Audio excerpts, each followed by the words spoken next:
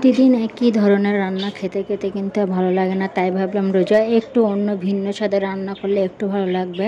Hello everyone, আসসালামু আলাইকুম। চলে আসলাম নতুন একটা ভিডিও নিয়ে। আলহামদুলিল্লাহ আমি ভালো আছি। আপনারা কেমন আছেন অবশ্যই জানাতে ভুলবেন না। যে যেখান থেকে ভিডিওটা দেখতেছেন অবশ্যই বলবো, বারবার বলতেছি লাইক কমেন্ট শেয়ার করে কিন্তু পাশে দেখবেন, কারণ আপনাদের লাইক কমেন্টটাই কিন্তু আমাদের জন্য জরুরি। যারা আমরা কন্টেন্ট কেটে বানাই, আপনারা চাইলেও আমাদের উঁচা তুলতে পারেন, চাইলে আপনারা আমার নিচে রাখতে পারেন।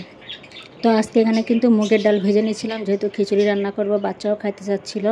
আর প্রতিদিন রোজার ভিতরে একদিনও খিচুড়ি রান্না করা হয় না, সবার কিন্তু খিচুড়িটা ভালোই লাগে।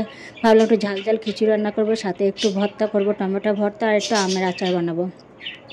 এখানে দেখেন আমি ডালটা ভেজে কিন্তু পানির ভিতর ছেড়ে দিলাম। পানির ভিতর ছেড়ে দেওয়ার পরে কিন্তু আমি বাকি মশলাগুলো কষিয়ে নিব।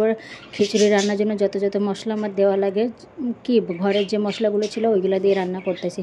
আর যারা ফেসবুকে নতুন ভিডিও বানাচ্ছেন তাদেরকে বলবো, ভিডিও অবশ্যই বানান, সুন্দর সুন্দর কোয়ালিটিফুল ভিডিও বানান। আপনার যেহেতু ভিডিও সেখান থেকে শ্যুট করে ছেড়ে দিবেন না, কারণ ফেসবুক কিন্তু এখন কোয়ালিটিফুল ভিডিও চাচ্ছে। আপনার ভিতরে যদি ভিডিওতে যদি কোনো কিছু শেখার থাকে সেগুলো কিন্তু মানুষ অবশ্যই দেখে।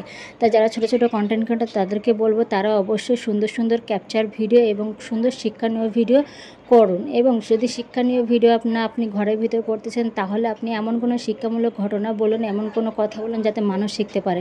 দেখেন আমি কিন্তু এখানে ঘরের সমস্ত মশলা কিন্তু দিয়ে দিছি। মরিচের গুঁড়া, ধনিয়া গুঁড়া, লবণ, একটু জিরে মরিচ, একটু গুঁড়া মশলা দিয়ে দিলাম। সব কিছু দিয়ে কষিয়ে নিয়ে হালকা পানি দিয়ে কষিয়ে নেব। তারপরে আমি কেটে রাখা খিচুড়ি আলুটা দিয়ে দেবো, এবং আজকে কিন্তু ছিমি মটর দেবো। ছিমি মটর দিয়ে কিন্তু আমার বাসায় সবাই পছন্দ করে। আর ছিমি মটরটা আমি আগে থেকে ফ্রিজে কিন্তু আমার যখন ছিমি মটর উঠছিলো তখন কিন্তু অনেকটা ফ্রোজেন করে রেখে দিয়েছিলাম ফ্রিজে। ওটা থেকে কিন্তু বের করে আমি রান্না করি। যখনই খিচুড়ি রান্না করি বা কোনো কিছু রান্না করি, তখন এখানে কিন্তু ডাল চাল পরিমাণ মতন আমি মেপে নিব। যেহেতু ইফতারির পরেই রান্না করতেছি, খিচুড়ি কিন্তু একবেলার বেশি কেউ খাইতে পারবে না, ওই রাতের জন্য রান্নাটা কিন্তু আলাদা আছে। তো এখানে কিন্তু আমি সব কিছু নিয়ে ভালো মতন ধুয়ে কাঁচামরিচ দিয়ে কিন্তু আমি কষিয়ে নিচ্ছি। কষিয়ে নেওয়ার পরে আমি পানিটা দিয়ে দিব।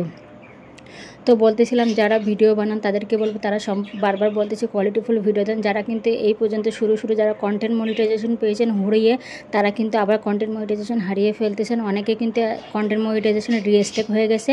যারা অনেক খুশি ছোটো ছোটো পেজগুলোকে কন্টেন্ট মনিটাইজেশন পাচ্ছিল, তারা কিন্তু ইনকাম করতে পারছে না, তাদেরকে কিন্তু আবার কন্টেন্ট মনিটাইজেশন নিয়ে নিছে। তাই আপনারা এটা ভেবে হতাশ হন না, আমার বড়ো পেজগুলো এখনও কন্টেন্ট মনিটাইজেশন দেয় নাই কেন, আমি কি কখনো পাবো না? আপনি ইনশাল্লাহ কাজ করতে থাকেন, অবশ্যই পেয়ে যাবেন। আর আপনার ভিডিওতে সবচেয়ে আকর্ষণীয় যে জিনিসটা থাকে সেটা হচ্ছে থাম্বনেল। আপনার থাম্বনেলটা আকর্ষণীয় করার চেষ্টা করবেন, ভিডিওতে কিন্তু ভিউজ ভালো হয়। আমি কিন্তু একদিন থাম্বনেল ছাড়া ভিডিও দিলে তখন কিন্তু আমার ভিডিও ডাউন হয়ে যায়। আমি দেখছি আমার ভিডিওতে কোনোটা ভিউ হয় না, কিন্তু যেদিনকে আমি থাম্বনেল ছেড়ে ভিডিও ছাড়ি সেদিনকে কিন্তু ভালো পরিমাণে একটা ভিউ আসে। এখানে দেখেন আমি আমের আচার আগে থেকে সব কেটে রাখছিলাম, মশলা টশলা দিয়ে আমি কিন্তু আমের আচারটা এখানে করে নিলাম। যেহেতু খিচুড়ির সাথে একটু আমের আচার থাকলে ভালো হয়। নতুন নতুন আমের আম বেরোয়েছে, তো ভাবলাম একটু হালকা অল্পই বাসায় নিয়ে আসছিলো, তো ওটা দিয়ে আচারটা বানিয়ে রেখে দিয়েছিলাম। এখানে কিন্তু শুকনো মরিচ ভেজে এবং কাঁচা পেঁয়াজ এবং টমেটোর ভর্তা বানাচ্ছি। এটা কিন্তু খিচুড়ির সাথে খেতে অনেক মজা, সাথে একটা ডিম ভাজা থাকবে এবং ওটাও খেতে অনেক মজা হবে। তো রোজা রমজান মাসে আপনারা এরকম হালকা ফুলকা ভারী খাবার থেকে এরকম মাঝে মাঝে যদি হালকা খিচুড়িও রান্না করে নেন, তাহলে কিন্তু মুখে রুচিটাও ফিরে আসবে এবং খেতেও ভালো লাগবে। এই ভর্তাটা যদি এত মজা ছিল যে খিচুড়ি দিয়ে খেয়ে পরে কিন্তু আমি ওই রাত্রে আবার ভাত দিয়েও সিয়ারি রাত্রে ভাত দিয়েও খেয়ে নিয়েছিলাম, অসম্ভব মজা লাগছিলো। তো আমার ভিডিওগুলো যে যেখান থেকে দেখতেছেন অবশ্যই বারবার বলতেছি, হাত জোর করে বলতেছি লাইক কমেন্ট শেয়ার করে পাশে থাকবেন। আল্লাহ হাফেজ, সবাই ভালো থাকবেন।